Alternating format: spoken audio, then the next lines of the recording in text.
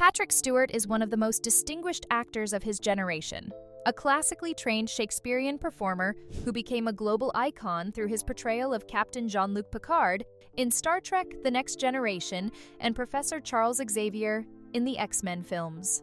To the public, Stewart embodies dignity, intelligence, and grace, the epitome of the respected elder statesman of entertainment. But behind the commanding presence and the accolades lies a life marked by profound tragedy, devastating loss, painful regrets, and struggles that have haunted him for decades. At 85 years old, Patrick Stewart's personal story reveals heartbreak that contrasts starkly with the heroic characters he's portrayed on screen. Understanding the full scope of Stewart's tragedy requires looking beyond the surface of his successful career to examine his traumatic childhood, his failed marriages and damaged family relationships, his complicated relationship with the franchises that made him famous, the physical and emotional toll of aging, and the regrets he's expressed about choices made throughout his life. This is the story of a man who achieved everything professionally, but whose personal life has been scarred by pain that success couldn't heal. Stewart's childhood in Mirfield, West Yorkshire, England, was defined by poverty and domestic violence that left psychological scars he's carried his entire life. His father, Alfred Stewart, was a soldier who served in World War II and came home with what we now recognize as severe post-traumatic stress disorder, but was then undiagnosed and untreated. Alfred was a violent man who regularly beat Patrick's mother, Gladys, creating a household atmosphere of fear and terror that young Patrick was powerless to stop. Stewart has spoken publicly about hearing his mother's screams as his father attacked her, about hiding in fear, about the helplessness he felt as a child, watching his mother being brutalized and being unable to protect her. These experiences fundamentally shaped Stewart's psychology and have haunted him throughout his life. He's described feeling guilty for not being able to save his mother, for being too small and too weak to intervene, for sometimes even resenting his mother for not leaving his father despite the abuse. The violence wasn't just emotional trauma, it was physical danger that made home a place of terror rather than safety. Stewart has said that his childhood was stolen by his father's violence, that he never had the carefree innocence that children deserve, that he was always on edge waiting for the next explosion of rage.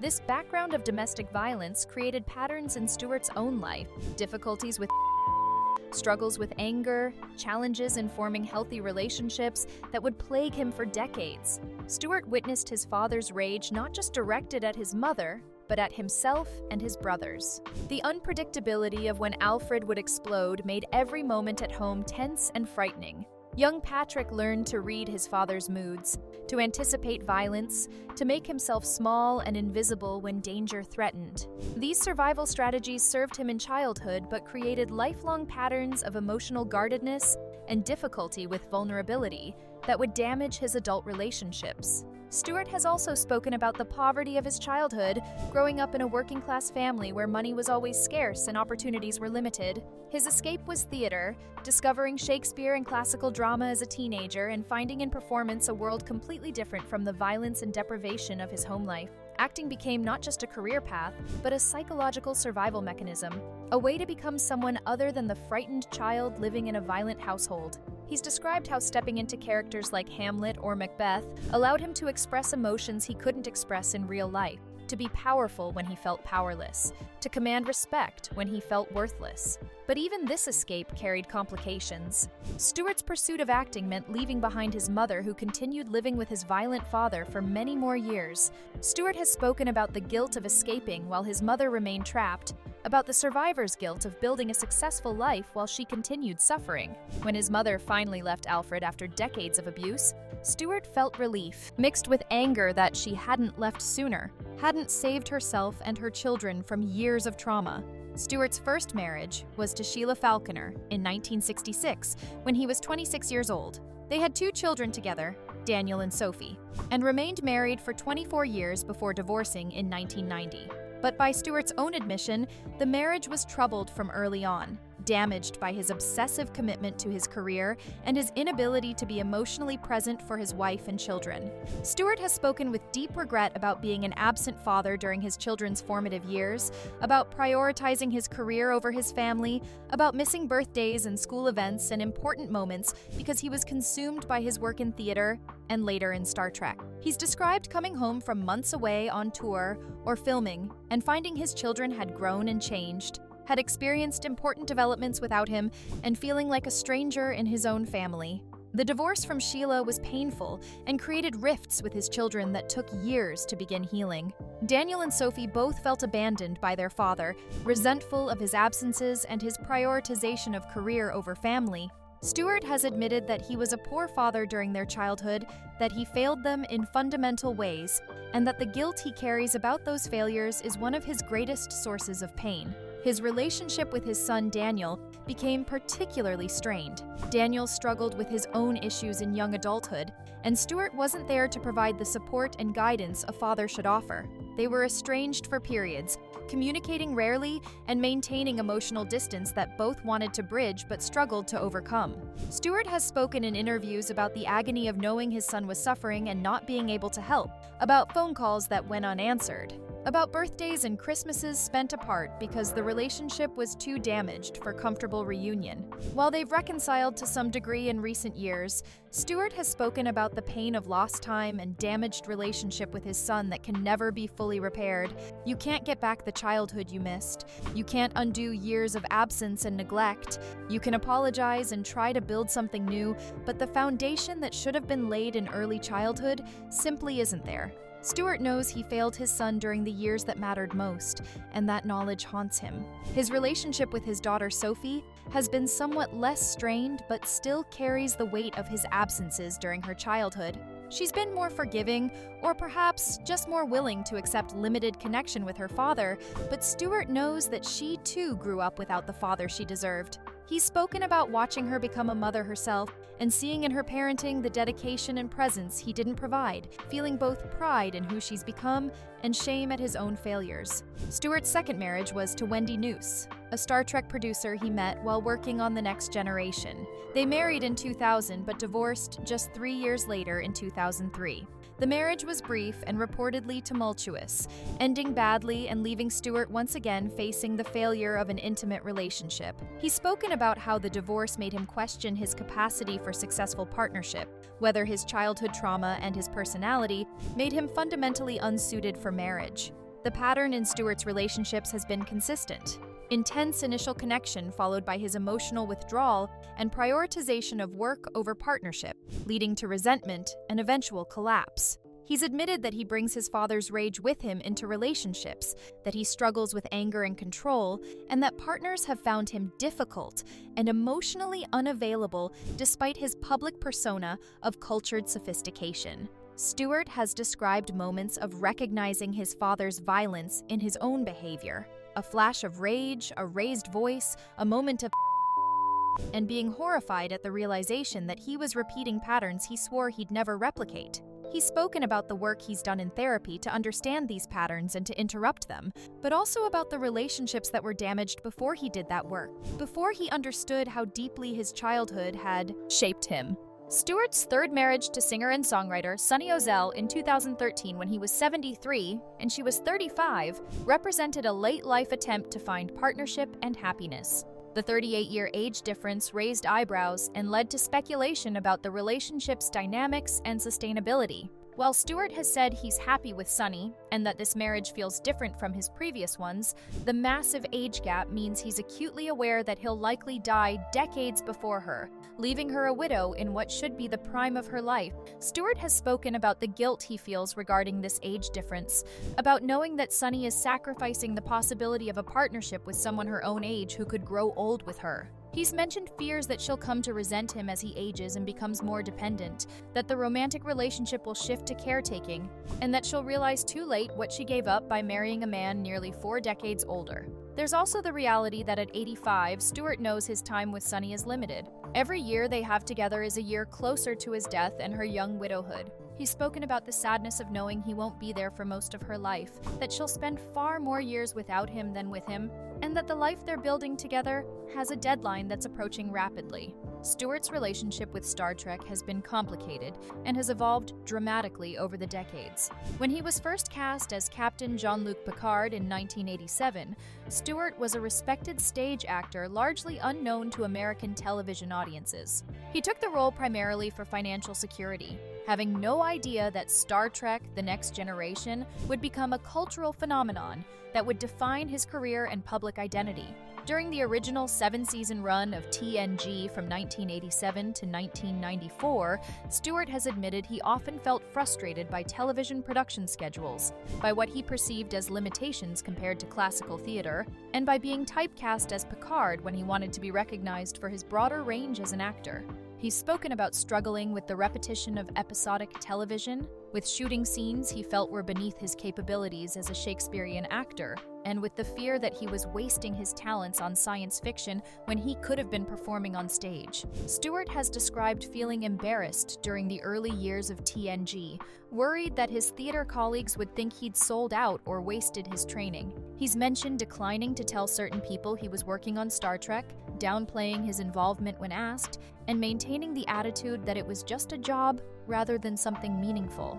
This dismissive attitude toward the show created tension with his castmates who were more enthusiastic about Star Trek and who found Stewart's superior attitude off-putting. But over time, Stewart came to appreciate Star Trek and what Picard meant to fans. He's described this as a gradual awakening to the cultural significance of the show and to the fact that Picard inspired people, gave them hope, and represented values that mattered deeply to millions. He's said that coming to terms with being Patrick Stewart, who plays Picard, rather than a Shakespearean actor who happens to be in Star Trek, was a journey that took years and required letting go of pretensions about what constituted serious acting. The turning point came when Stewart started attending Star Trek conventions and meeting fans directly. He was moved by stories of how Picard had helped people through difficult times, how the character's integrity and thoughtfulness had served as a moral compass, how the next generation had brought families together and created communities. Stewart realized that touching millions of people through television was just as valid and important as performing Shakespeare for hundreds in a theater. However, Stewart's return to Star Trek in the series Picard from 2020 to 2023 became a source of new heartbreak and regret. Stewart has been candid about his disappointment with how the series turned out, particularly the first 2 seasons. He's admitted that he pushed for creative control over the show and that he bears responsibility for choices that didn't work. The dark, violent, cynical tone of Picard was reportedly something Stewart advocated for, wanting to explore Picard as a broken old man rather than the inspirational captain fans remembered. Stewart wanted to do something different with the character, to show him aged and diminished and dealing with the reality of mortality. He was interested in exploring themes of regret and failure that resonated with his own life experience. But in pushing for this darker vision, he may have misjudged what fans wanted from a return to this character and what would honor Picard's legacy versus what would damage it. But the fan reaction was divided at best and hostile at worst. Many longtime Star Trek fans felt that Picard destroyed the character's legacy, that it was gratuitously dark and violent, that it betrayed Star Trek's optimistic vision, and that it was a depressing way to spend time with a beloved character. Stewart has spoken about reading fan criticism and being hurt by accusations that he didn't understand Picard or that he'd allowed the character to be ruined. The show that was supposed to be a triumphant return to his most iconic role instead became another source of professional regret. The 3rd season of Picard brought back the Next Generation cast for a reunion that was better received, but Stewart has admitted it felt bittersweet. Seeing his old castmates, many of whom he'd had difficult relationships with during TNG's original run due to his intensity and perfectionism on set, reminded him of opportunities missed for genuine friendship and connection. He's spoken about regretting his aloofness during the original series, about wishing he'd been warmer and more open with people like Jonathan Frakes, Brent Spiner, and Michael Dorn, who wanted friendship that Stewart kept at arm's length. Stewart has described being moved by the warmth and forgiveness his castmates showed him during the Picard Season 3 production, how they welcomed him despite his past coldness, how they seemed to hold no grudges about his difficult behavior decades earlier. But this grace from his colleagues made Stewart feel even worse about how he'd treated them, about the years of camaraderie he'd missed because of his own emotional barriers. Stewart's physical decline has become increasingly visible and has clearly affected him deeply. At 85, he's experienced the inevitable deterioration that comes with advanced age: diminished energy, reduced mobility, health scares, and the constant awareness of mortality. He's spoken publicly about struggling with the loss of physical capabilities he once took for granted, about the frustration of his body not responding the way it used to, and about the indignity of aging in a culture that worships youth. Stewart has dealt with various health issues in recent years, including arthritis that makes movement painful and limits his physical capabilities. He's mentioned struggling with the physical demands of performance, finding it increasingly difficult to sustain the energy required for stage work or long filming days. The contrast between his mind, still sharp and engaged, and his failing body creates a particular kind of torment for someone who built his career on physical presence and commanding stage performance. Stewart's voice, once his greatest instrument, has also weakened with age. The powerful, resonant delivery that made him a Shakespeare legend and that gave Captain Picard such authority has become thinner and less controlled. He's spoken about the frustration of knowing exactly how a line should be delivered, but not being able to produce the sound he wants, about his voice betraying him in moments that require strength or sustained projection. There are also reports of memory issues and cognitive changes, though Stewart hasn't spoken about these as directly. But there have been moments in recent interviews where he's struggled to recall names or details, where he seemed confused or disoriented, that suggest the possibility of early cognitive decline. For someone whose identity is built on intellectual sharpness and precise verbal articulation, any diminishment of mental faculties would be devastating. Stewart has also experienced the profound loneliness that comes with outliving peers and friends. Many actors he worked with early in his career are dead: colleagues from the Royal Shakespeare Company, fellow Star Trek actors, directors he admired and learned from. He's spoken about the isolation of being one of the last survivors of his generation, about going to memorial services for friends with depressing frequency, about knowing his own time is limited and wondering who will mourn him when he's gone. His friendship with Ian McKellen, his closest friend, and a relationship that spans decades, is precious partly because so few people from Stewart's past remain alive and active. But even that friendship carries sadness. Both men are in their 80s, both are dealing with age-related decline, both know that their time together is finite. Stewart has spoken about fearing McKellen's death and about knowing that when Ian dies, he'll lose one of the few people who truly knows him and understands his journey. Stewart has been remarkably candid in recent years about his regrets, about choices he wishes he could undo, about relationships he damaged and opportunities he missed. He's spoken about regretting his absence during his children's childhood, about wishing he'd been a better husband to Sheila Falconer, about prioritizing career over family in ways that can never be repaired. He's expressed regret about his approach to Star Trek during The Next Generation, about being aloof and superior with his castmates, about not appreciating what the show meant while he was making it. He said he wishes he'd been more present and more grateful during those 7 years, rather than always thinking about the stage career he'd left behind. Stewart has also spoken about regretting not dealing with his childhood trauma earlier in life, about how therapy and processing his father's violence could have helped him be a better partner and father if he'd addressed it in his 30s or 40s, rather than waiting until his 60s. He's mentioned that understanding how his father's abuse shaped his own anger and relationship patterns came too late to prevent the damage to his marriages and relationship with his children. There's also regret about anger and intensity, about times he's treated people poorly on set or been difficult to work with because of his perfectionism and his standards. Stewart has admitted he could be tyrannical, demanding, and cold, particularly earlier in his career when he prioritized work quality over interpersonal relationships. While he's tried to make amends where possible, he's spoken about carrying guilt over people he hurt or alienated along the way.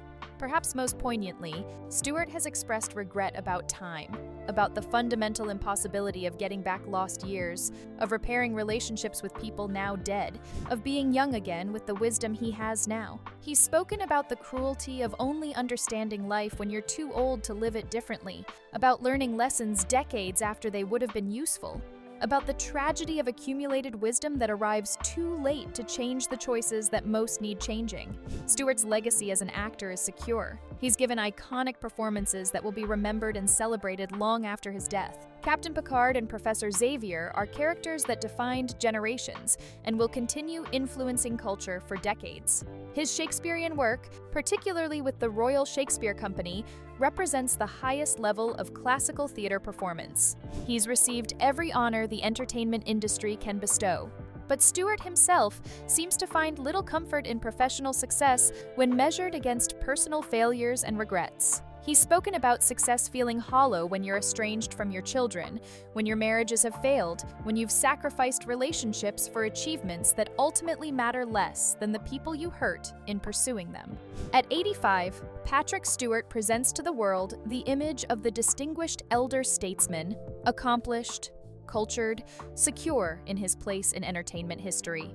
But the reality behind that facade is a man carrying profound pain from a traumatic childhood, guilt over failed relationships and damaged family bonds, regret over choices that can never be undone, and the awareness that time has run out for making the changes he wishes he'd made decades ago. Stewart's tragedy isn't that he failed professionally. He succeeded beyond what any working-class British kid could have imagined. His tragedy is that professional success couldn't heal childhood wounds, couldn't prevent him from repeating patterns of emotional distance and absence in his own family, couldn't give him the peace and contentment that should accompany a life well lived. He achieved everything he set out to achieve and found that achievement wasn't enough to create happiness or to undo the damage done to him and the damage he did to others. The heartbreaking truth about Patrick Stewart is that he's a man who became the heroes he portrayed on screen. Noble, dignified, admirable, but couldn't escape the traumatized child within or repair the human connections that matter more than any role. He spent his life being the person others could look up to while struggling to become the person he wanted to be for the people who needed him most. At 85, facing the final years of his life, Stewart carries success and suffering in equal measure, celebrated by millions who don't know the depth of his private pain and regrets that haunt him despite all his achievements.